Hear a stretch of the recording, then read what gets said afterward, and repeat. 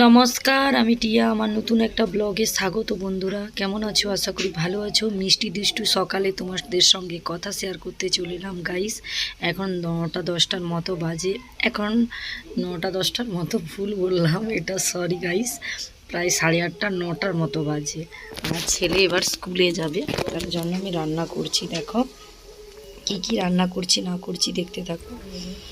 এই যে দেখো, এইখানে আছে বাঁধাকপির ভাজা, আর দেখতে থাকো। আর এখানে গরম গরম ভাত করেছি। আর কি বলো তো, কড়াইতে বসছে, তোমরা নিশ্চয়ই দেখতে পাচ্ছ।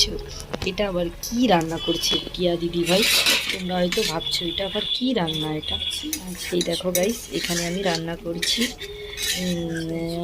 গাজর, ফুলকপি, মাছ দিয়ে একটা পাতলা করে ঝোল করছি। আর এই দুটোই রান্না করলাম, তাই তোমাদের সঙ্গে এই রান্নাটা শেয়ার করলাম গাইস। আমার এই ফুলকপি আলু গাজর দিয়ে ঝোলটা কেমন হয়েছে, আর বাঁধাকপি ঝোলটা, এই বাঁধাকপি ঝোলটা উল্টা সিধা বলে ফেলছি এডিট করতে করতে।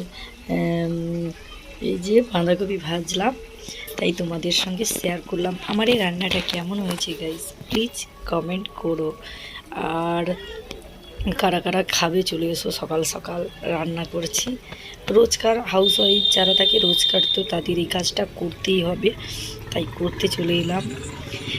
আর ছেলেকে টিফিন বানাবো, অবশ্য টিফিনটা তোমাদের অন্য একদিন শেয়ার করবো গাইস। আর চেষ্টা করছি তোমাদের সঙ্গে সবটা শেয়ার করার, আশা করি তোমাদেরও ভালো লাগবে দেখতে।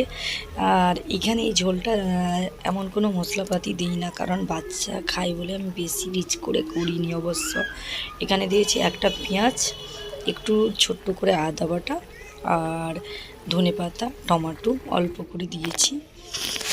আর ওই দিকটাই দেখো, মিষ্টি দুষ্টি সকাল, কি সুন্দর মৌসুমটা। দেখো চলে এসেছি আমি, তোমাদেরকে দেখাই আর একবার দেখিয়ে দিই আমি কি কি রান্না করলাম। তোমরা দেখলে যে ভাত করেছি, বাঁধাকপি ঝোল করছি, আর এইদিকে কড়াইতে ঝোলটা ফুটছে। ঝোলটা ফুটতে ফুটতে তাই তোমাদের সঙ্গে একটু গল্প করে নিই, তাই নাড়তে নাড়তে একটু গল্প করে নিয়েছি। এই যে দেখো, রুই মাছের ঝোল করছি। রুই মাছের ঝোল করতে করতে কথা বলছি। ওকে বন্ধুরা, ভালো থেকো, একটা মিষ্টি দিন সবার কাটুক, বাই।